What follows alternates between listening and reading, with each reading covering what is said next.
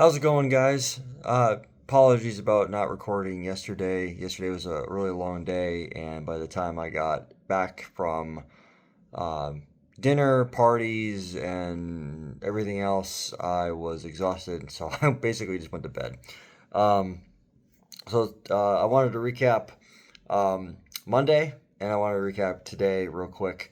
I'll try to make this as quick as I can, so bear with me.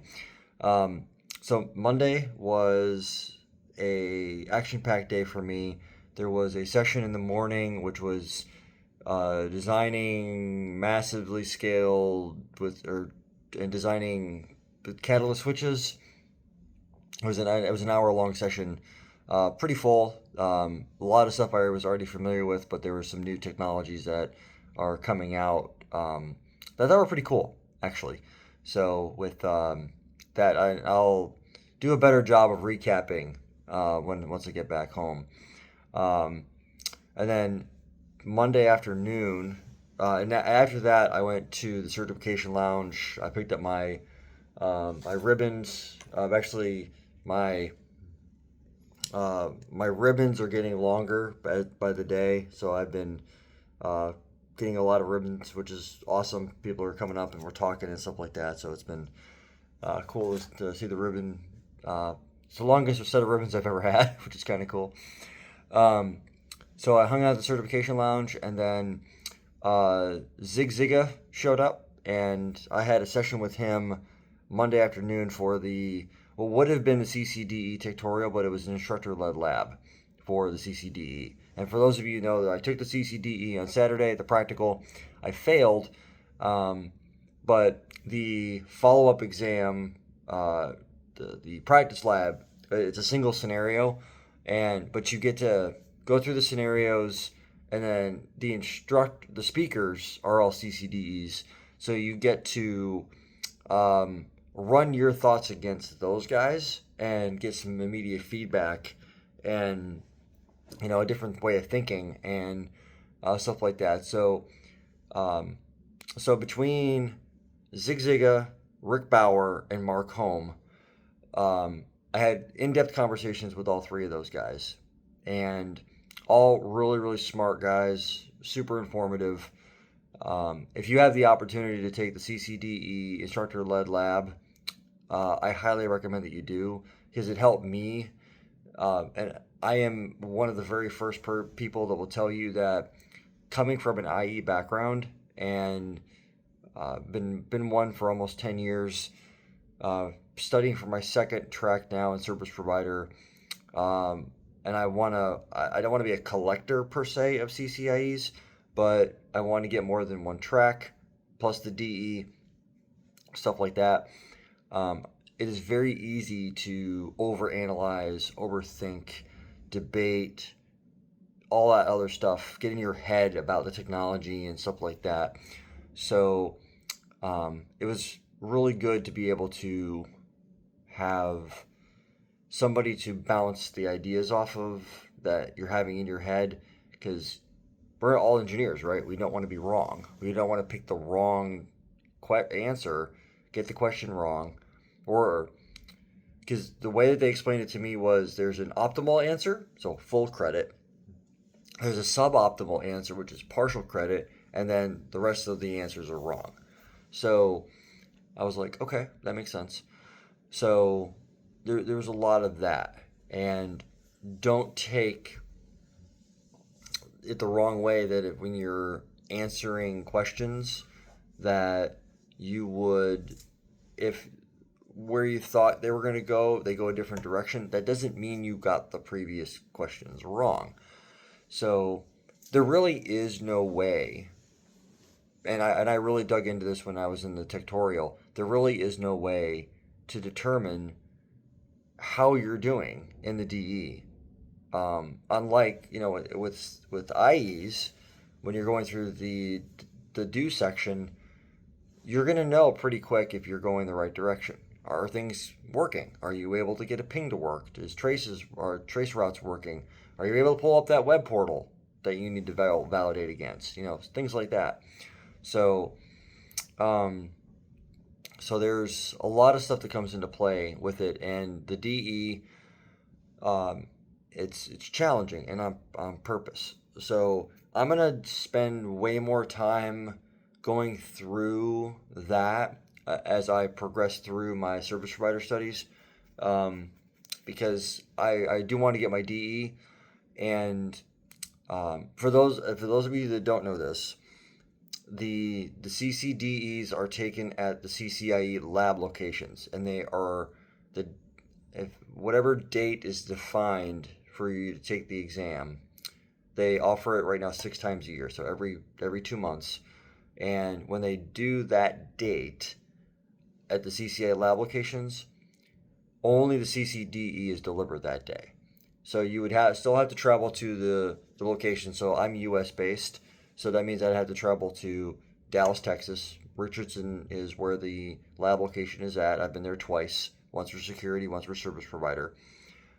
And so the day that they've allocated for DE, every lab location around the world is also doing CCDE, and all that they are allowing in are CCDE candidates. And the reason they do it that way is so that they don't have a CCIE candidate pounding away on the keyboard while a CCDE candidate is trying to read the documentation in their scenarios. Because Saturday, when I took the DE, there were 4 of us taking the DE, and the remaining people were taking CCIEs, and it was very distracting listening to somebody pound away on a keyboard for several hours while I was sitting there trying to focus and read. It's already hard enough to try to focus on the scenarios, but you add the distraction of somebody typing on the keyboard. So it is what it is, and that's coming directly from the program manager of the CCD. And this isn't like anything like insider information that I shouldn't be sharing. It's known information. So just be aware of that. I'm definitely going to be talking more about DE as I progress through and I start diving down that path. I do eventually want to get it. I will get it eventually. I have some areas I need to study in and stuff like that. But ironically, the CCDE exam itself is hosted in AWS, and so when we were taking the practice lab, the environment itself crashed. So I got about halfway through my questions. I think I was on question 14 out of 31. It crashed on everybody. So it was an AWS issue, nothing that Cisco could have fixed, by rebooting something. So it is what it is. But I'm definitely going to be diving into it more thoroughly as time goes on and stuff like that. So it's a lot to go through. And now that I've seen the DE, I know what the questions look like. I know what the scenarios look like.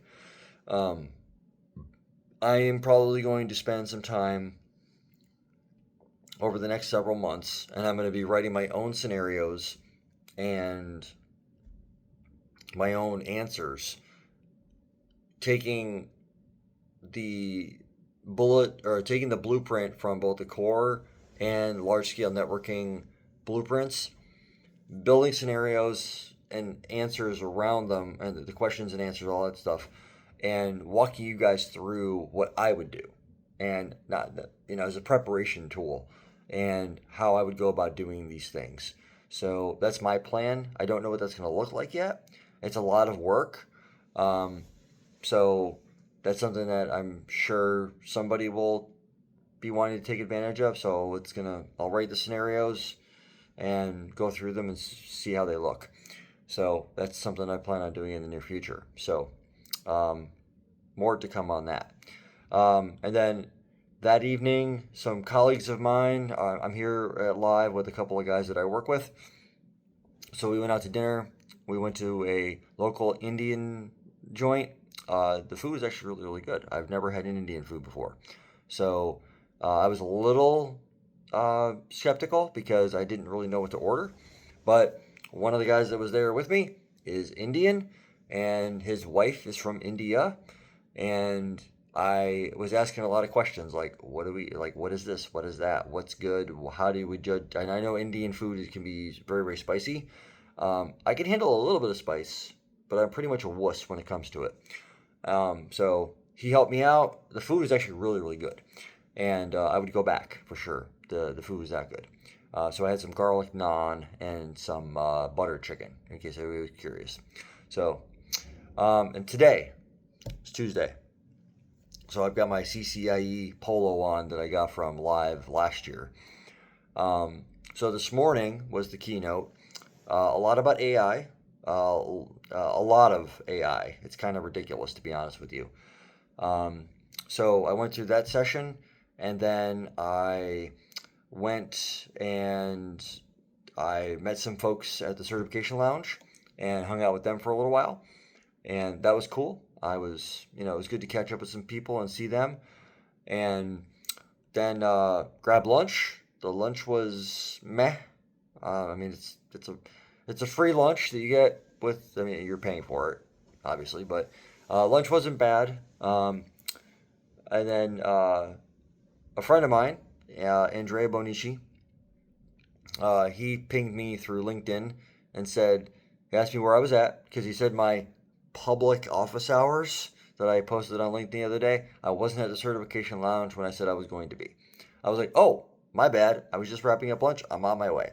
So he has NetVet status. So he was already leaving to go to NetVet status to go do the NetVet event, which is where CCIEs that have NetVet status get to meet Chuck Robbins, the CEO of Cisco. I have to wait 2 more years before I get to do that. So as soon as I get NetVet status, I'm also a CCIE. I will get to meet Chuck Robbins. You get your own dedicated suite to go do that. I am looking forward to that.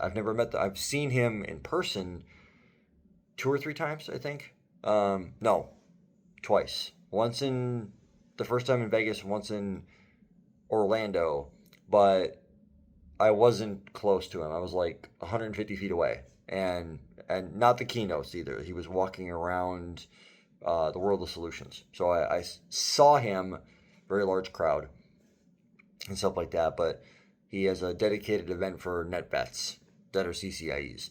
So I thought that's kind of cool. I'm looking forward to that. Hopefully that works out.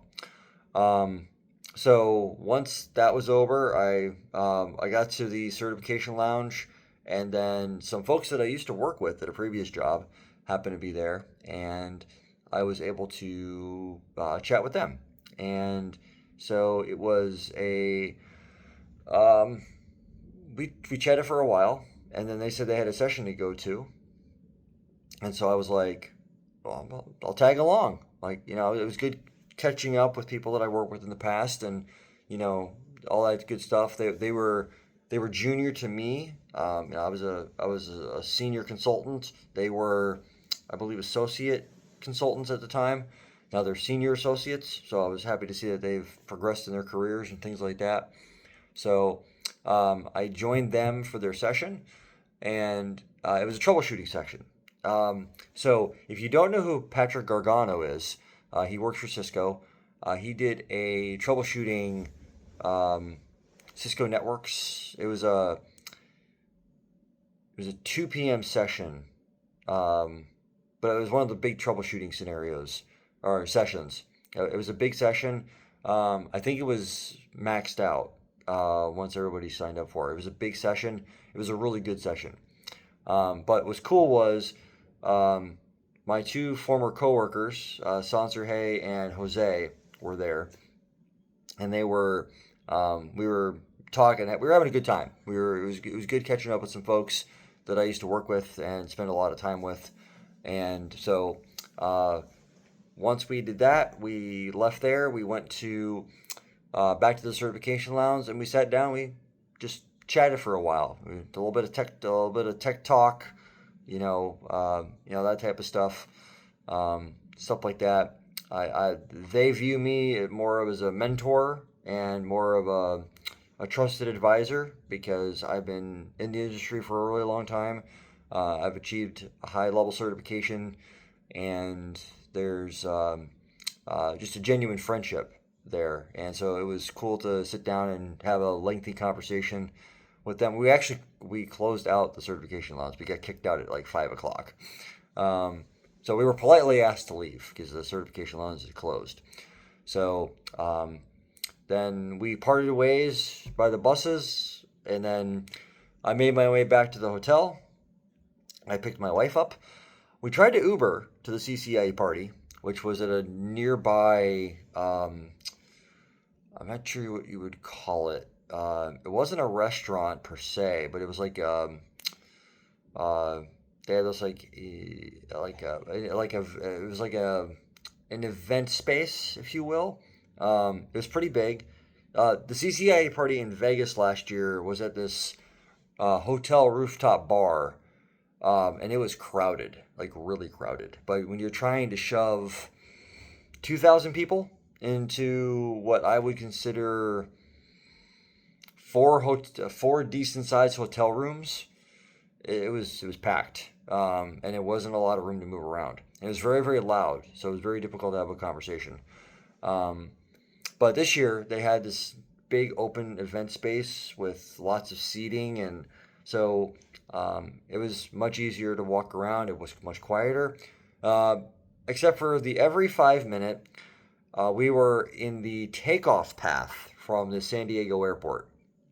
So every 5 minutes, you would have a passenger airliner take off, and the airliner was within 500 feet of the overhead, if that high. I'm probably 200 to 300, and so every 5 minutes you would get drowned out by the sound by the plane flying overhead. It was very very loud. Um, so I was able to meet up with quite a few people and stuff like that. I saw my friend Luis. Was able to catch up with him. Some people from Cisco that I know. Patrick Gargano was there. I chatted with him for a few minutes. I saw Jason Gooley, Metal DevOps, and his mentor Justin. So it was good to see those guys. And there's a few other people that I saw there as well. And then um, Andrea was there as well. So I actually he and I and my wife and then two other people that he knew, we ended up sitting together and eating, and it was a good conversation. Like I always enjoy meeting people from that I've never met before and getting to know them and hearing their stories and stuff like that. It's always, people that live in, over in Europe. I've never been outside the U.S., so hearing about how European living and stuff like that, and Andrea's Italian living in the UK. A really really nice guy, stuff like that. So it was good to catch up with some folks that I've genuinely had some long term friendships with. So that was a good conversation. As we left, we were leaving the CCIA party. They gave us these cans of beer, which are kind of fun. That was where we were as a Stone Brewing Company here in San Diego, and they put the CCI. It's like a sticker that they wrapped around this thing, and stuff like that. I am not personally a drinker. I don't drink, so it was kind of a waste of a gift in my opinion to me. But I figured, you know what, that's cool. I'll take it. My wife she's got one too, and even though she doesn't have a CCIE polo, she was my plus one, obviously. But we figure we could always crack the beer open, pour it down the drain, and then take the can home as a souvenir. I'm not exactly sure if we're going to do that or not, but it's kind of they didn't have anything else. Normally they would give you like a pair of sunglasses or trying to think of what else we got in the past. It was something else. A what? Pin. A pin. Okay. So, but yeah, we got a can of beer. So it's kind of a waste for me, but whatever. So, and then Andrea was leaving, so it was like, tell me where your hotel is, I'll drop you off. We brought our car. We tried to Uber, but we stood outside the hotel room on the street waiting for the Uber to show up, and after 15 minutes, we still didn't catch no Uber picked up our ride. Now, mind you, we are in San Diego, and Monday, Tuesday, and Wednesday of this week, there is a 3-game series between the Dodgers and the Padres, and they're hosting them in San Diego. So the Padres are hosting the Dodgers in a 3-game series tonight, and then the game started at 6:40. So, uh, San Diego Convention Center is literally across the street from Petco Park, and so you could throw a base. If you got a decent arm, you can throw a baseball from the convention center and hit Petco Park. It would be a stretch for me to do that, but my kid could do it for sure because he's got an arm on him. But like I couldn't get an Uber to pick up after 15 minutes, so we canceled the ride. We got our rent. We did our valet. We pulled up our rental, and we drove to the venue. And then I gave Andrea a ride back to his hotel. So stuff like that. And it is a madhouse in San Diego right now. It's ridiculous how busy it is with baseball going on, the convention going on. It's ridiculous. There's a bunch of what I would refer to as a rickshaw, where you have people sitting behind you in like a miniature cab, but it's a bike. That's what it would remind me, is like an Indian rickshaw. So all that being said, today was a good day. Tomorrow, actually, I don't even know what my schedule looks like, because when I was, let me pause real quick, and I'll talk a little bit about that real quick.